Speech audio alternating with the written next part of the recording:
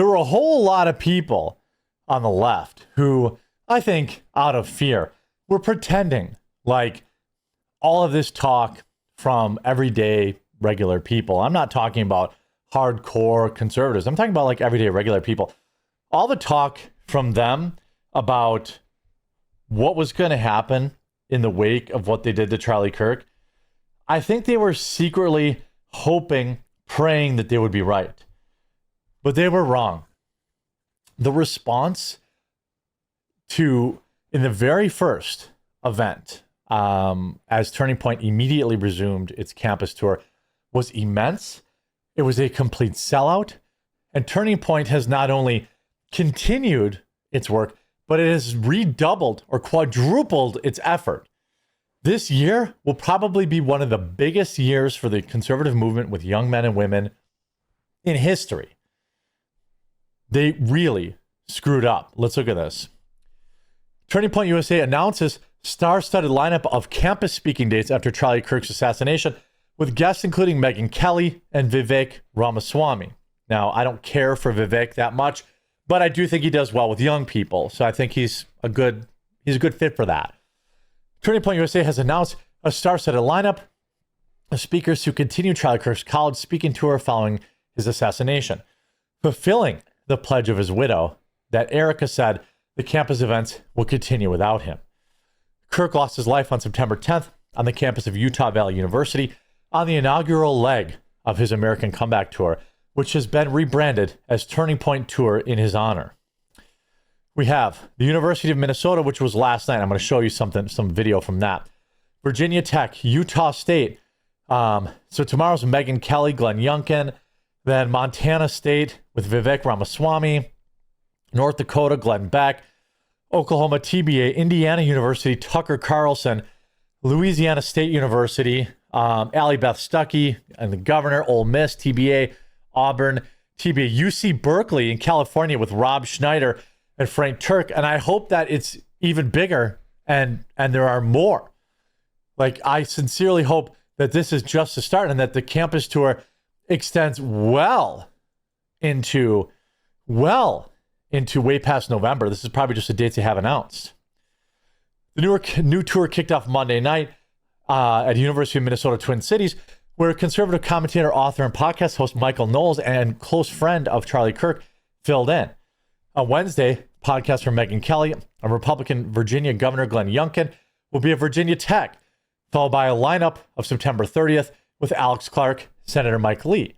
Others set to stand in for Kirk include Vivek Ramaswamy, Governor Greg Gianforte, Blaze Media co-founder Glenn Beck, conservative podcast host Tucker Carlson, commentator Allie Beth Stuckey, I'm unfamiliar with who that is, no disrespect, I just don't know, Rob Schneider, and author Frank Turek. More speakers to be announced. I think they should just throw everything at it.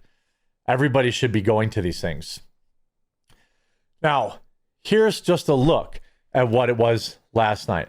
A complete sellout, 2,000 students in this room.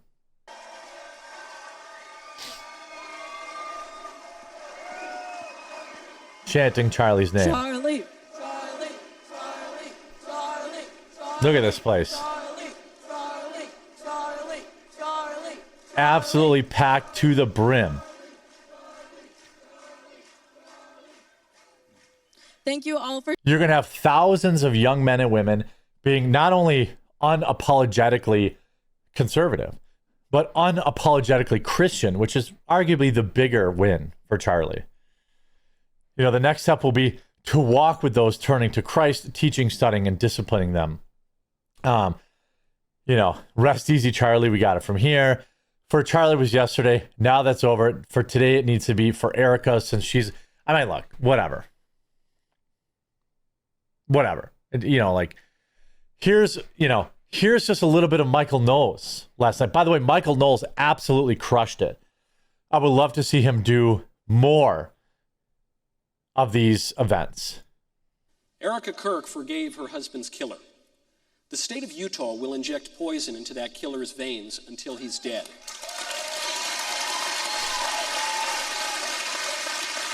I prefer firing squad, but okay.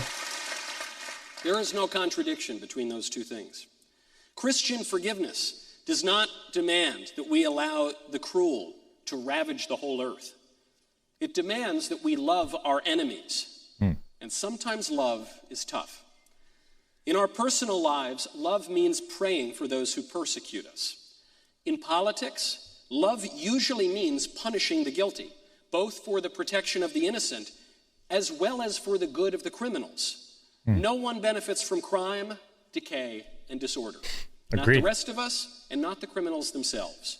Not Democrats. I'll say not even the furthest leftoid benefits from lawlessness and this crime.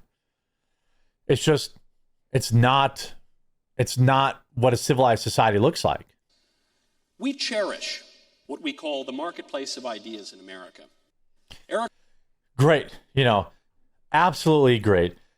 Also, by the way, we have, this just in, it's been confirmed that over 2,000 people packed the University of Minnesota auditorium for Turning Point USA and Michael Knowles. It was 100% sold out.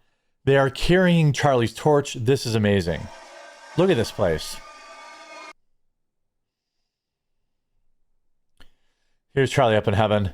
Do you think someone will pick it up, Lord? Someone will, Charlie. Someone will. And our country is healing. Absolutely electric. Charlie's movement is just getting started.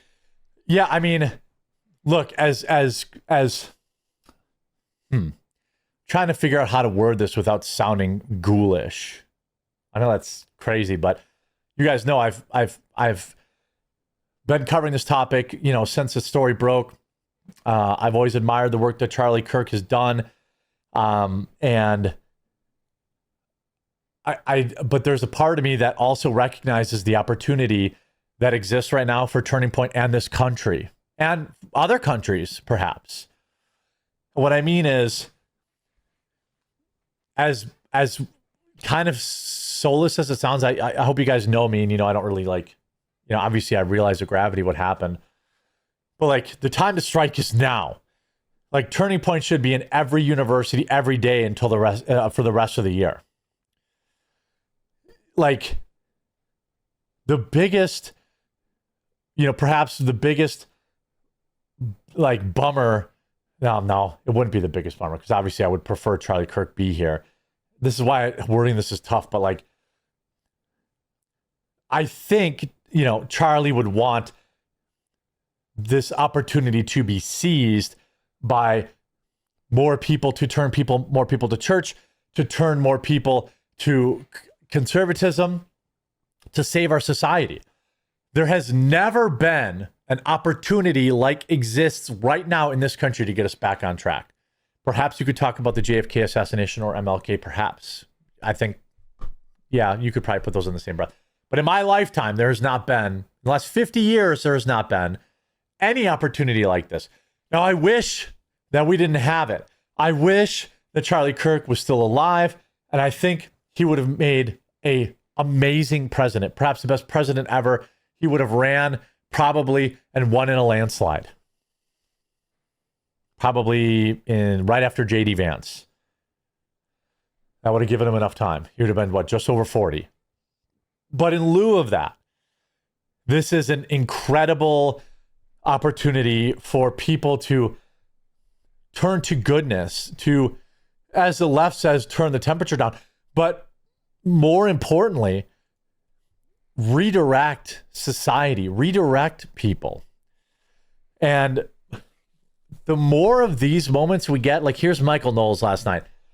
I remember, 2015, 2016, kind of the original explosion of the campus tour, kind of the original big push of the campus tour. Those clips going viral were extremely effective because you got to learn literally what the mind rot was, and what you forget just how much of a bubble you can live in.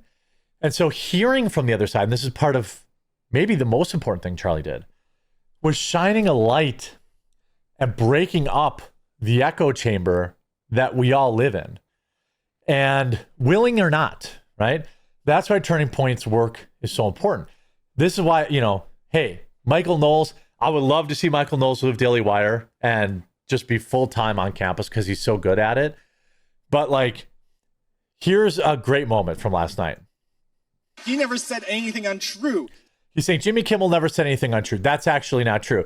He said things that were verifiably untrue. He said that the guy that assassinated Charlie Kirk was a mega Republican. He stated that as fact. He was quoting the governor of Utah.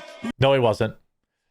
No, he wasn't. He said that the man that took Charlie Kirk's life was in fact a mega Republican. He said that again after we knew the exact opposite was true. Who said this person didn't come. Jimmy Kimmel never said anything untrue? From a different country. Jimmy Kimmel never said anything. Jimmy Kimmel said that the shooter was a MAGA Republican, and that's a lie. There's no evidence. One of us, and he quoted by Republicans. Look, we can debate on what. We don't have to debate. What do you mean we have to debate? Like, let's just move past the obvious fact that, like, again, Jimmy Kimmel wants to get a Netflix deal.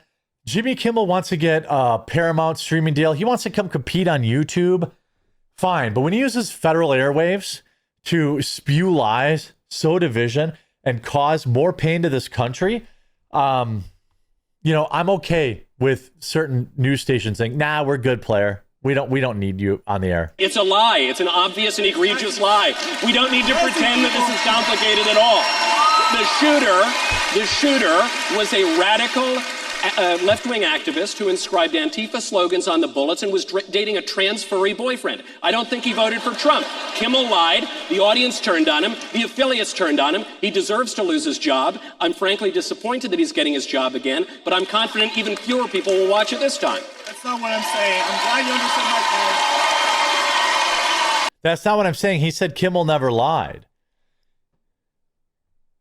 Like, he did lie. And that's why people turned on him. I can't wait.